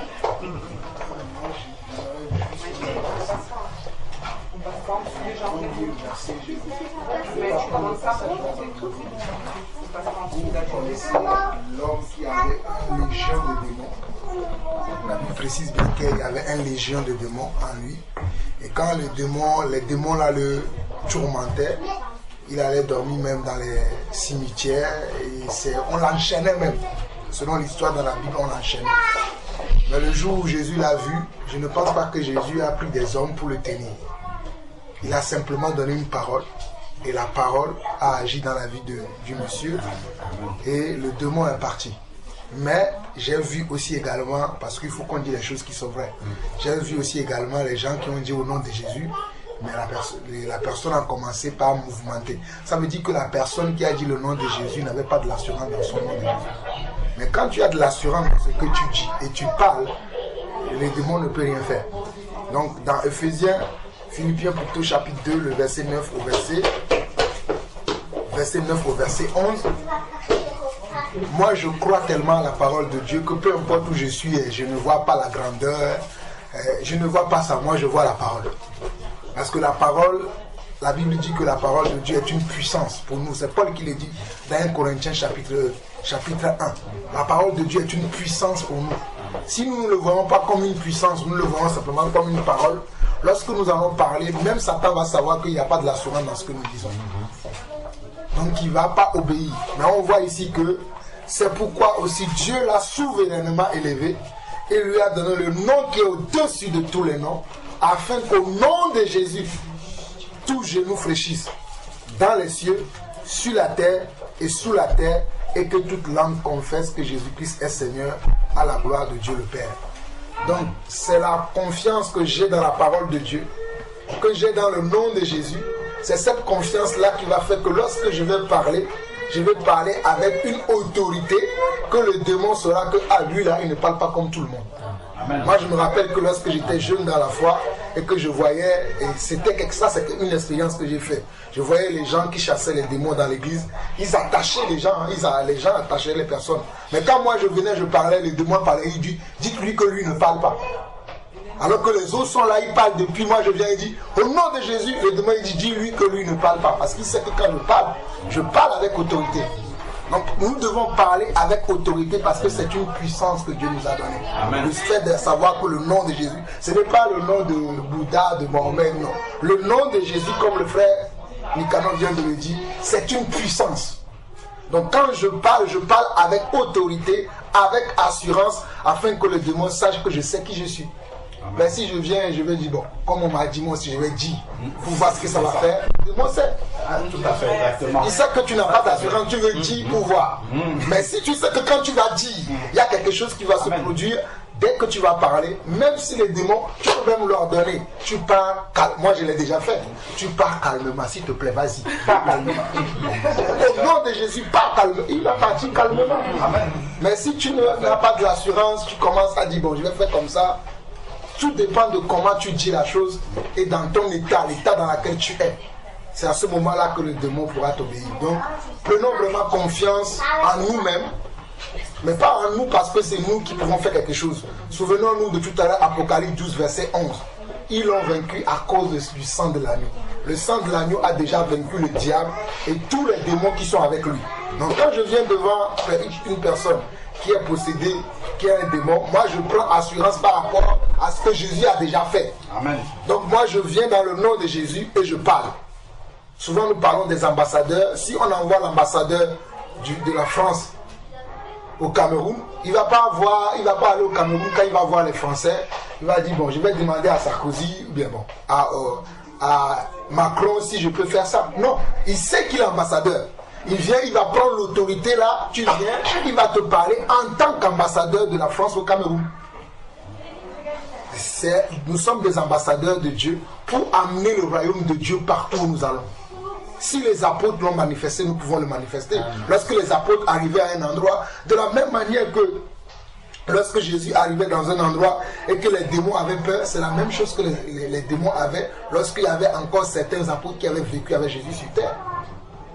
Et la même onction qui était sur les apôtres est sur nous aujourd'hui parce que nous avons reçu l'Esprit. Amen. Pourquoi nous doutons? Donc ne doutons plus, prenons de l'assurance et parlons avec assurance. Amen. Amen. On peut lire une expérience ici dans Actes chapitre 19, justement par rapport à l'autorité. Actes chapitre 19, verset 13 et suivant. Actes chapitre 19, verset 13. Donc, il est dit ici que quelques exorcistes juifs ambulants entrepris d'invoquer sur ceux qui avaient des esprits mauvais le nom du Seigneur Jésus-Christ. Donc, ça, ce ne sont pas des enfants de Dieu. Ils n'ont pas reçu le mandat de pouvoir invoquer ce nom-là, mais ils vont quand même aller essayer. Tu vois, et c'est écrit ici en disant, je vous adjure par Jésus, celui que Paul prêche. Si j'ai tenu à lire ce passage, c'est quand le frère a dit, parce que bon, nous on n'est pas exorcistes, on le sait, mais il dit ici celui que Paul prêche. Donc, ça m'a alerté quand le frère a dit, si tu vas aussi essayer parce qu'on te l'a dit. Tu vois, c'est ça. C'est-à-dire ça, même si tu as cette autorité-là, et que tu pars simplement parce que tu as entendu des frères dire ça, ou bien, voilà, et que tu n'as pas cette assurance-là personnellement que moi aussi je l'ai reçue parce que l'Esprit de Dieu est en moi, ben, le diable va en profiter. Il va vraiment en profiter. Et ici, qu'est-ce qui s'est passé avec les exorcistes là? Je vous adjure par Jésus, celui que Paul prêche, il précise bien, parce qu'il a entendu parler du vrai Jésus. Pourquoi il dit celui que Paul prêche? Parce qu'il sait que Paul là, lui, il a le mandat, et le diable sait aussi que Paul a le mandat. Donc il dit celui que Paul prêche. Ça c'est quand tu veux, voilà, je t'adjure au nom de Jésus que le frère Jean-Paul prêche. Parce que tu vois que lui, il a de l'assurance. Donc tu dis par rapport à son assurance à lui, mais cette assurance-là, elle doit être en toi. Directement. Et c'est ça qui fera peur à l'ennemi. Donc, ici, je t'adjure au nom de Jésus que Paul prêche. Ceux qui agissaient ainsi, donc ceux qui agissaient ainsi étaient 7 fils d'un certain Séva, un principal sacrificateur juif, c'était même un sacrificateur, les fils d'un sacrificateur. L'esprit mauvais leur répondit. Donc l'esprit mauvais peut répondre. Comme il a répondu à Jésus, le diable lui a dit, si tu es le fils de Dieu, fais ceci, fais ceci. Donc il faut être prêt à ce que si l'esprit répond, que tu saches qui tu es, pourquoi tu le fais, quelle autorité tu as. Et parce que le diable, lui, le sait. Hein, il sait si tu as l'autorité ou pas du tout. Donc, ici, là, voilà maintenant l'esprit qui va parler. Je connais Jésus. Donc, si tu viens au nom de Jésus-Christ, il connaît ce Jésus. Je sais qui est Paul. Donc, je sais qui est Paul. Donc, quand un enfant, c'est ce qu'on disait tout à l'heure, quand un enfant de Dieu, un véritable enfant de Dieu, qui est purifié par le sang de l'agneau, est quelque part, le diable sait qui il est. Donc, il faut que quand tu arrives comme ça, que l'assurance que tu as en toi, que le diable sache que voilà un enfant de Dieu accompli, qui sait qui il est là où il est là-bas. Et donc, je dois me tenir à l'écart. Et c'est là où l'esprit va se cacher. L'esprit va rester bien silencieux. Il va essayer de rester calme. Parce qu'il sait que si l'enfant de Dieu là commence à dérouler la Kalachnikov, là c'est cuit pour lui. Donc ici, ensuite, mais vous. Donc quand il voit aussi, il dit que, mais toi là, toi tu es en train de trembler. Tu parles même de quoi? Est-ce que Jésus là, tu le connais même? Donc il peut commencer à te faire douter. C'est ce que je disais tout à l'heure, que le diable tape les pieds comme ça, et toi tu vas t'enfuir. Je t'assure que tu peux être en train de chasser un démon. La manifestation que la personne en qui tu chasses le démon t'impressionne tellement que tu fuis, ou que tu arrêtes au pied, ou que tu pars en courant parce que tu n'as jamais vu ça. Oui, il peut avoir vraiment des manifestations extraordinaires. Enfin, extraordinaires du point de vue des yeux. Parce que Satan, lui, il agit beaucoup dans le visuel. Donc, si nous, on ne reste pas dans le spirituel en gardant uniquement les Écritures, la victoire de la croix, ainsi de suite, sachant que Jésus, comme on a vu tout à l'heure, a le nom au-dessus de tout nom. Si on commence à se laisser impressionner ce que nos yeux voient, ben là, on va dire, ben là, ce n'est même pas la peine de continuer. Donc, ici, mais vous,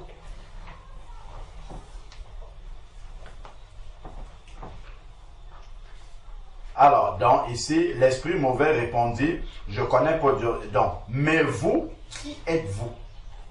Donc, il faut savoir quelle est l'identité que tu as. Qui êtes-vous?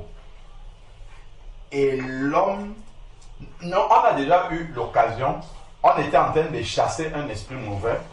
L'esprit commence à nous intimider en nous disant que, mais avant vous, beaucoup de personnes ont fait ça. Donc, si toi, à l'instant où il était en train de dire ça dans mon esprit, j'étais en train de me dire que, mais si beaucoup de gens, pourquoi nous, mais si on reste dans les raisonnements comme ça, il prend le dessus. Parce qu'il va parler, il te dit, mais d'autres personnes ont déjà fait ça avant toi. Il va te dire que, oui, ben attends, les imams, toi tu crois que tu es quoi devant un imam, ainsi de suite. Donc, si tu restes dans cette intimidation-là, au lieu de garder les yeux fixés sur le nom de Jésus et de savoir que non, au nom de Jésus, tu dois partir.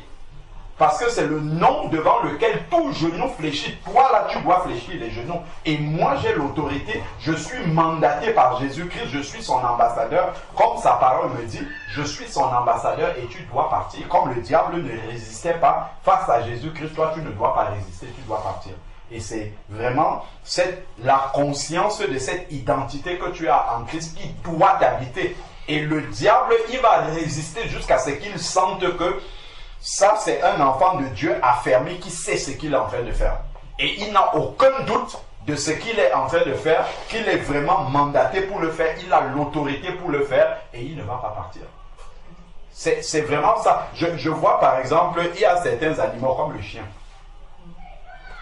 Moi, j'ai souvent peur du chien quand il est déjà près de moi. Mais quand je le vois à distance, je sais comment l'affronter.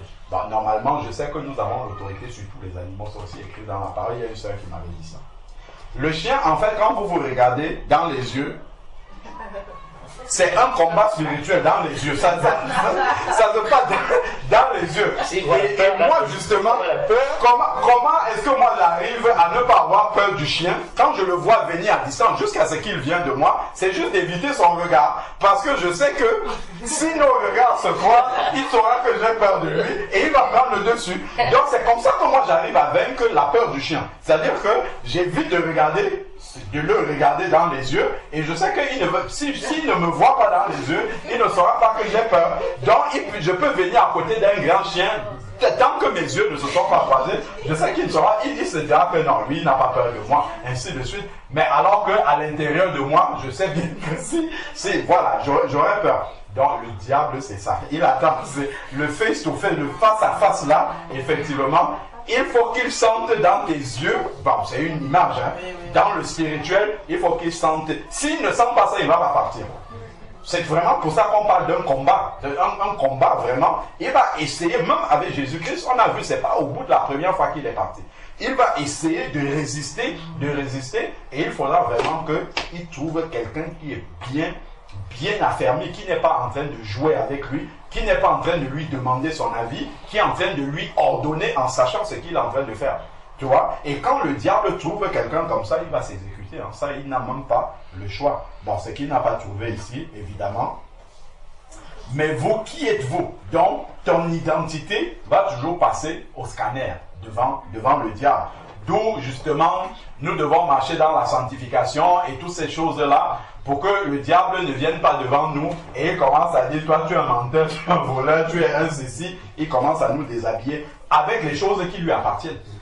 Tu vois? Donc, c'est pour ça, justement, quand on dit que ils l'ont vaincu par le sang de l'agneau, c'est parce que effectivement, le sang de l'agneau a enlevé de nous les actes d'accusation. Donc le diable ne peut plus voir en nous quelque chose qui lui appartient et réclamer ça. Parce qu'on a été lavé par le sang de l'agneau. Le sang de l'agneau a enlevé toutes ces choses au travers desquelles le diable pouvait dire ça m'appartient, ça c'est à moi et venir réclamer ces choses-là. C'est pour ça qu'il n'a plus l'autorité sur nous. Donc il dit, qui êtes-vous? Et l'homme dans lequel était l'esprit mauvais s'élança vers eux. Donc on voit vraiment comment l'esprit peut utiliser les membres du corps dans lequel il est venu habiter pour faire violence à ces personnes-là. Qui êtes-vous? Il n'y a pas eu de réponse. Tu vois, c'est là vraiment que l'enfant de Dieu, si le diable essaye même de dire ça au nom de Jésus, toi tu n'as rien à faire ici. Mais là, qui êtes-vous? Il n'y a pas eu de réponse. Donc ici, parce que derrière ils ne pouvaient rien répondre. Ils avaient déjà dit tout ce qu'ils avaient à dire là au nom de Jésus que Paul prêche. Donc ici, l'homme, verset 16, et l'homme dans lequel était l'esprit mauvais s'élança sur eux, les maîtrisa les uns et les autres. Ils étaient 7 quand même, hein, contre une personne. Qu'on voit comment un esprit peut arriver, 7 personnes, 7 gaillards contre un seul. Une seule personne, un seul homme. Mais l'esprit les a maîtrisés les uns les autres avec une telle force qu'ils s'enfuient de cette maison. C'est eux qui ont fui. Ils s'enfuient de cette maison nus et blessés. Donc on voit vraiment comment le combat spirituel est rude. Quand tu vas sur le terrain du diable, il réagit rudement aussi. Donc il faut être bien, comment dire, bien affermi spirituellement. Il ne faut pas être dans l'hésitation, dans le tâtonnement. Il faut qu'il sache vraiment que celui-ci, il sait ce qu'il est en train de faire et il va le tester. Il va tester vraiment si tu sais ce que tu es en train de faire. Si tu as confiance dans le nom que tu es en train d'invoquer. Donc, c'est ça. Et parfois, la parole de Dieu peut même aider à rafraîchir la mémoire au diable par rapport à la victoire de la croix, toutes ces choses-là. Il saura que tu sais, que tu connais la vérité.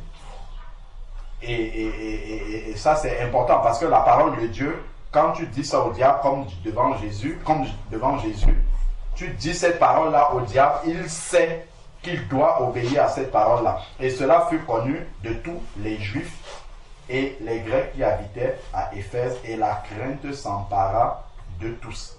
Et le nom du Seigneur Jésus fut exalté.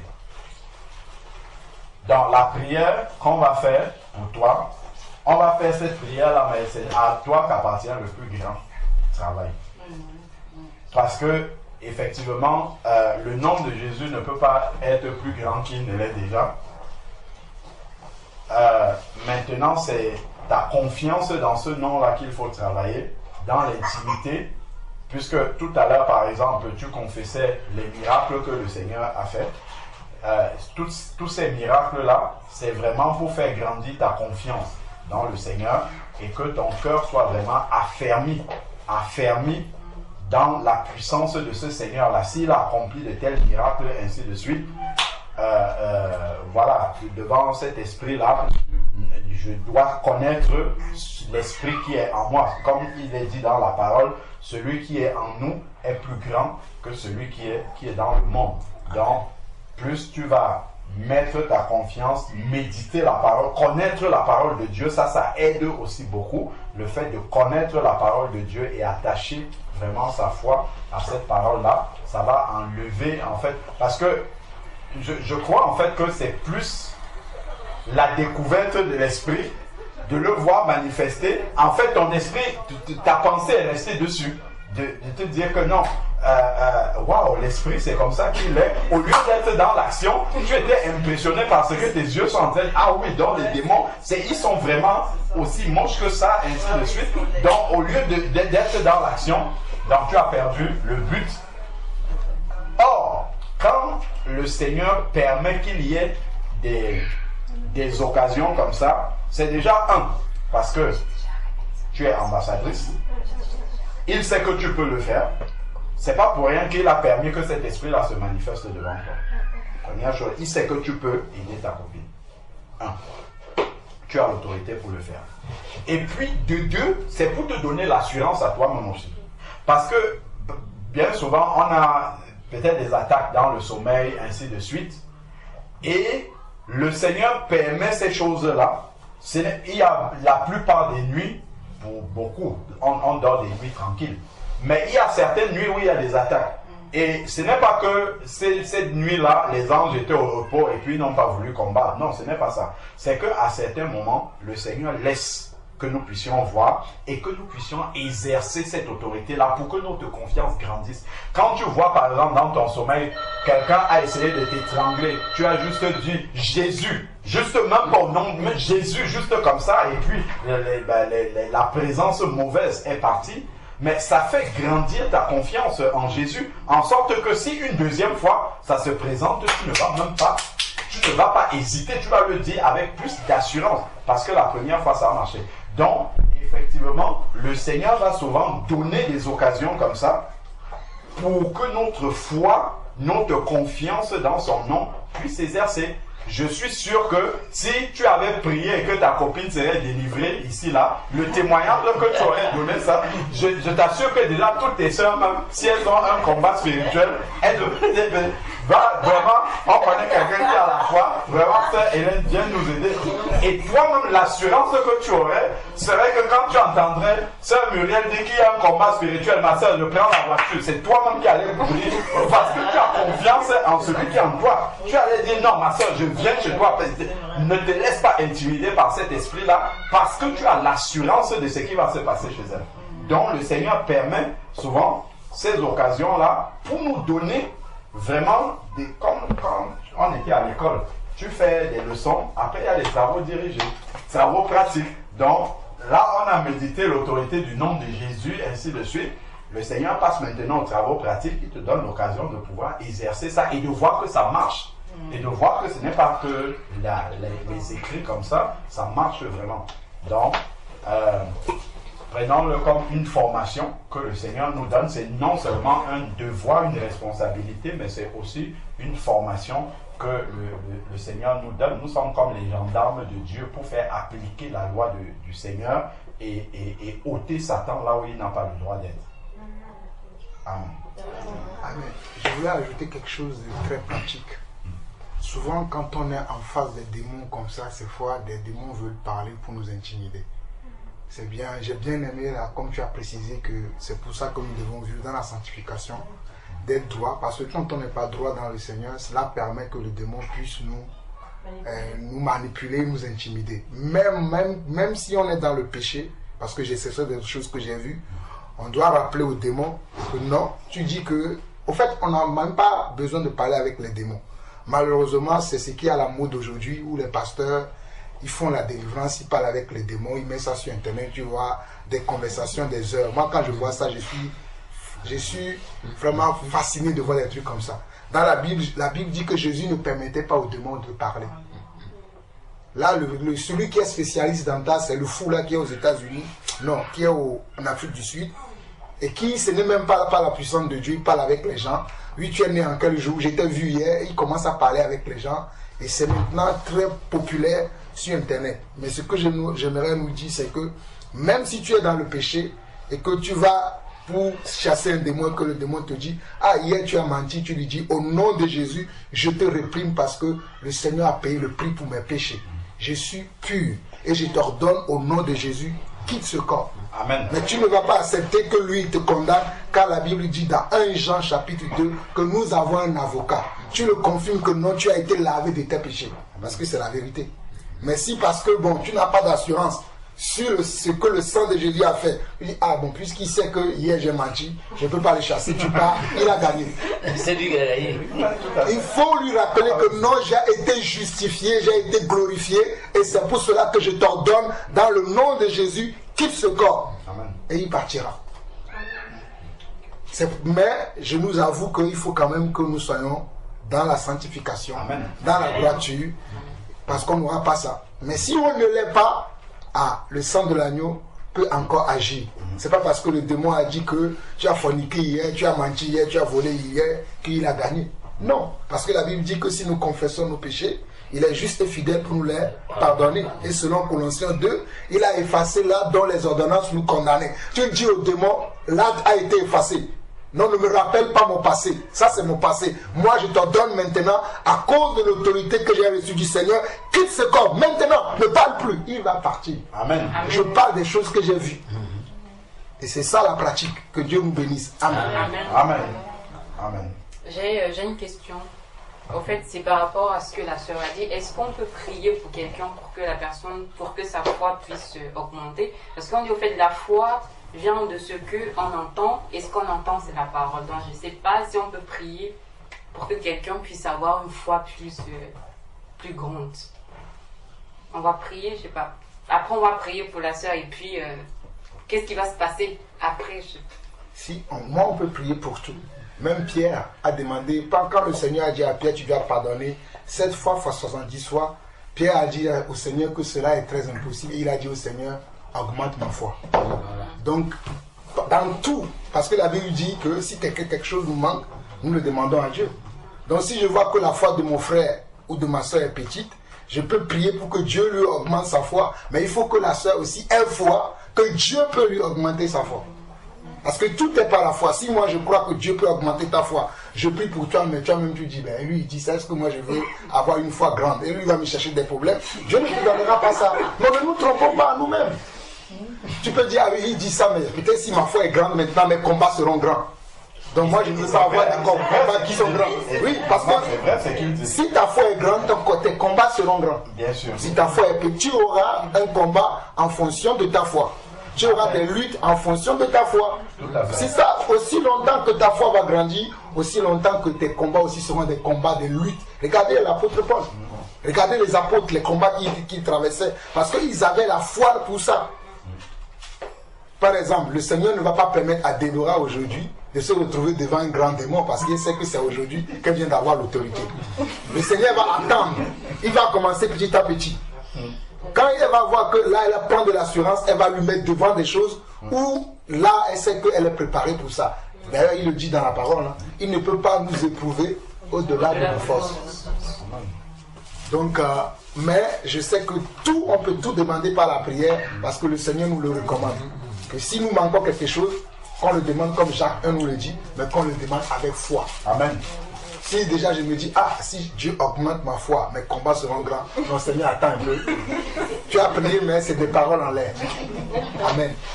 Amen. Je vais juste lire aussi le passage de Luc 17, verset 5.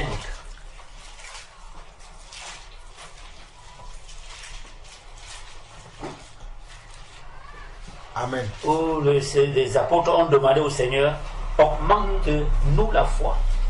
Et c'est important, on doit prier pour que le Seigneur nous augmente la foi. Voilà, c'est ce que je disais tout à l'heure. C'était par rapport au péché, parce que Dieu avait demandé à Pierre de pardonner. Et lui, il a posé la question dans la même journée, est-ce que je dois pardonner 7 fois, 77 fois? Et le Seigneur lui a dit oui. Et il a trouvé ça très difficile et il a répondu au Seigneur, augmente-moi la foi.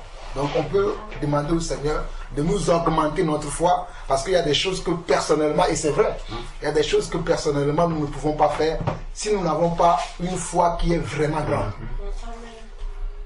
C'est pour ça qu'il faut vraiment que nous demandons à Dieu.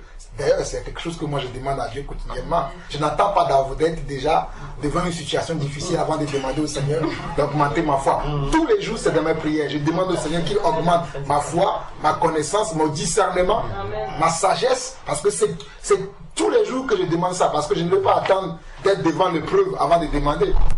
Un soldat se prépare tous les jours parce qu'il ne sait pas à quel moment le pays sera attaqué ou on va lui dire va au combat. Donc tous les jours, il doit être prêt. Donc tous les jours, moi aussi, je dois demander au Seigneur d'augmenter toutes ces choses qu'il nous a laissées dans la parole, qui me augmente ça en moi, afin que le jour où je me trouve devant une situation où il faut que j'expérimente maintenant. Parce que comme le frère disait, on va avoir là, on est dans la théorie, mais la pratique, c'est les situations. Par exemple, ce que la sœur Hélène disait, c'était une pratique. Mais elle a eu peur et je la comprends parce qu'elle n'a jamais vu ça et s'est dit waouh, le démon là il est tellement grand. Moi je suis tellement petit devant elle. Non, tu n'es pas petit, Hélène. Celui qui est en toi est plus grand que celui qui est dans le monde. C'est ce que la Bible dit. Tu aurais même pu lui dire en regardant, en fixant les yeux de ta collègue, je suis plus grand que toi, démon, quitte ici. Parce que celui qui est en moi est plus grand que toi. Il va pas. Peut-être il va bouger. Mais si tu prends de l'assurance, tu continues à parler, le démon partira.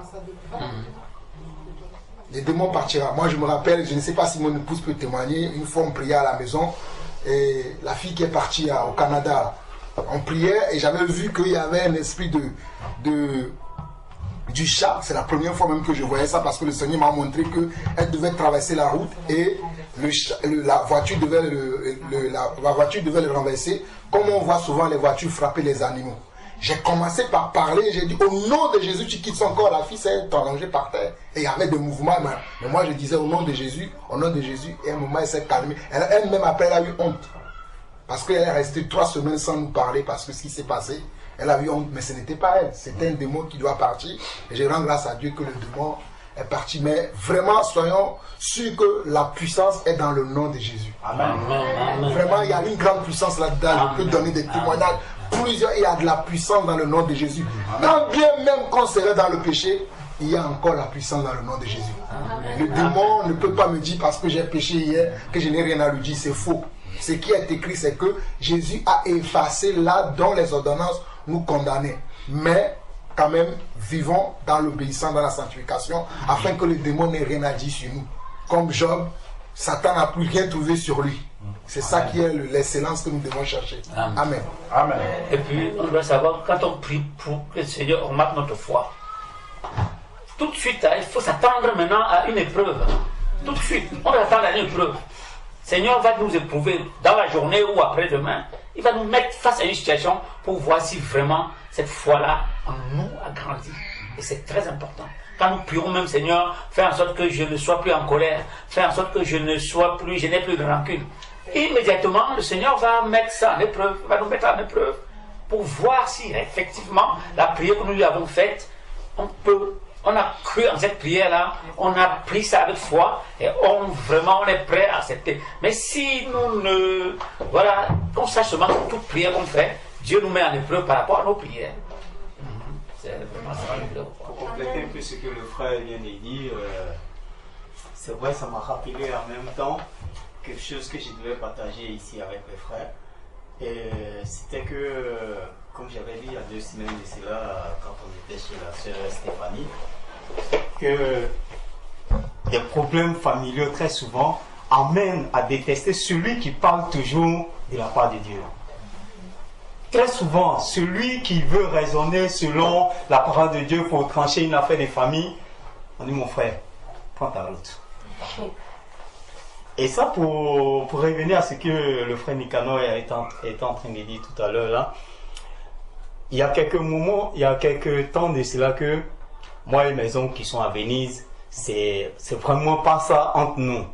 Et moi, pour tout couper, en fait, j'ai tout arrêté, toute communication avec eux. Et priant tous les jours avec la soeur à la maison, je demandais au Seigneur de faire de sorte qu'il y ait encore ce contact-là avec eux. Parce que étant enfant de Dieu et tout couper avec eux comme ça, c'est un peu difficile. Et surtout que quand ils vont par exemple en vacances, ils disent à ma mère, voilà ton fils même, c'est vrai que c'est notre neveu. Effectivement, je suis leur neveu de sang. Là où ils sont, si on parle d'héritage et autres, c'est moi qui directement, les gars, ils sont obligés de voir. Mais comme bon, étant chrétien, toutes ces choses-là, ces pratiques-là, j'ai dit, c'est... Mais... quand ils disent à ma mère, ah voilà, c'est vrai, ton fils, il ne nous fréquente pas, il ne nous appelle pas, si bien que même quand il est parti sur Paris, il ne nous a pas dit, il ne nous a même pas prévenu, tout ça. Mais c'est parce qu'il y a eu tellement de choses entre nous que quand je suis parti de là, j'ai dit à un seul qui, lui, il était vraiment en contact avec moi. Et même avant de m'installer, quand j'ai pris le numéro d'ici, un numéro ici, c'est à ce dernier que j'avais passé le numéro. Mais quand les gens veulent te salir, ils vont toujours trouver le prétexte partout. Bien vrai que je suis ici, mais quand on a un décès, par exemple, dans la famille, au village là-bas, ils savent où m'appeler pour que je paye ma cotisation. Donc j'ai trouvé ça à un moment donné, encore quand j'étais pas encore baptisé, j'étais pas encore enfant de Dieu, moi je raisonnais dans la chair. J'ai dit, mais attends, ils se foutent mal de moi ou quoi? Vous ne savez pas où je suis, mais vous savez où mon argent se trouve pour participer. Donc à un certain moment, j'ai dit, mais attends, c'est bon là, vous là, arrêtez. C'est fini. Et puis, prions maintenant, devenu chrétien, enfant de Dieu, je priais et je demandais au Seigneur de toucher le cœur de tout un chacun de nous. Pas seulement pour moi seul, mais aussi pour eux. Je vous dis que aujourd'hui, à force d'insister sur cette prière-là, quand la soeur est partie depuis lundi en Italie, elle est partie chez ma cousine dont je parlais tout à l'heure là. Les autres qui sont à Venise, parce que ma cousine, elle est à Milan. Milan, Venise, c'est à peu près 150 km, 160 km comme ça. Je vous dis qu'aujourd'hui, quand toutes ces personnes-là, ils entendent parler de moi, parce que ma cousine qui leur rencontre chaque fois, ils savent qu'elle est plus en contact avec moi. Et donc quand elle leur parle, elle dit, oh, lui là, laisse tomber ici, il est devenu Dieu l'a béni, il va devenir le pasteur de la famille. Parce que dans ma famille, effectivement, ma famille maternelle, il n'y a pas d'homme de Dieu. Il n'y en a pas. Ils sont tous catholiques ou animistes. C'est tout. Et j'ai commencé à comprendre quelque chose, c'est que ma cousine qui demande à ce que je partage la parole de Dieu avec elle, ainsi que son mari. Donc petit à petit, je commence à lui enseigner les choses, tout ça. Et quand la sœur devait partir, c'est elle-même qui a insisté à ce que la sœur vienne chez elle, parce qu'elle a besoin d'entendre certaines choses qu'elle ne connaît pas dans la Bible. Et la sœur dit non, j'ai déjà fait un programme déjà avec chez un tel que je dois être avec les enfants parce qu'il y a longtemps, on ne s'est pas vu, tout ça. Elle dit non, non, tu viens ici d'abord. Maintenant, si tu as quelques jours à aller passer là-bas, tu iras. Mais ton arrivée, c'est ici. Elle dit bon, d'accord. Depuis ces jours, elle continue de parler de Dieu avec la sœur. Elle continue de parler. Et moi, j'ai commencé aussi avec eux. Et en fin de compte, ceux qui ne me parlaient plus, depuis un certain moment dont on priait Dieu, même la sœur et moi, toujours elle dit, je prie Dieu que vraiment vous reprenez le contact. Parce qu'il n'est pas bon que vous êtes de la même famille et vous n'êtes plus en contact. Ces derniers-là, aujourd'hui, ils sont en train de faire un programme pour s'organiser pour venir rencontrer la sœur à Milan.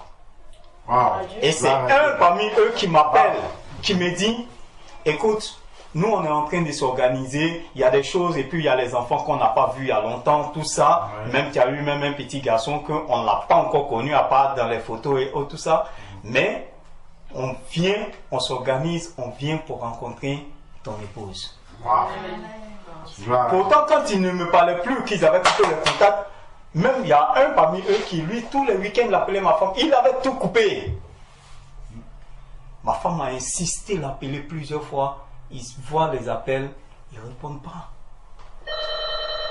Mais aujourd'hui, c'est ce dernier même qui est à la tête de tous, hein, pour venir la rencontrer. Et en même temps, ils disent à ma femme, paraît-il que vous êtes vraiment en train de marcher avec Dieu.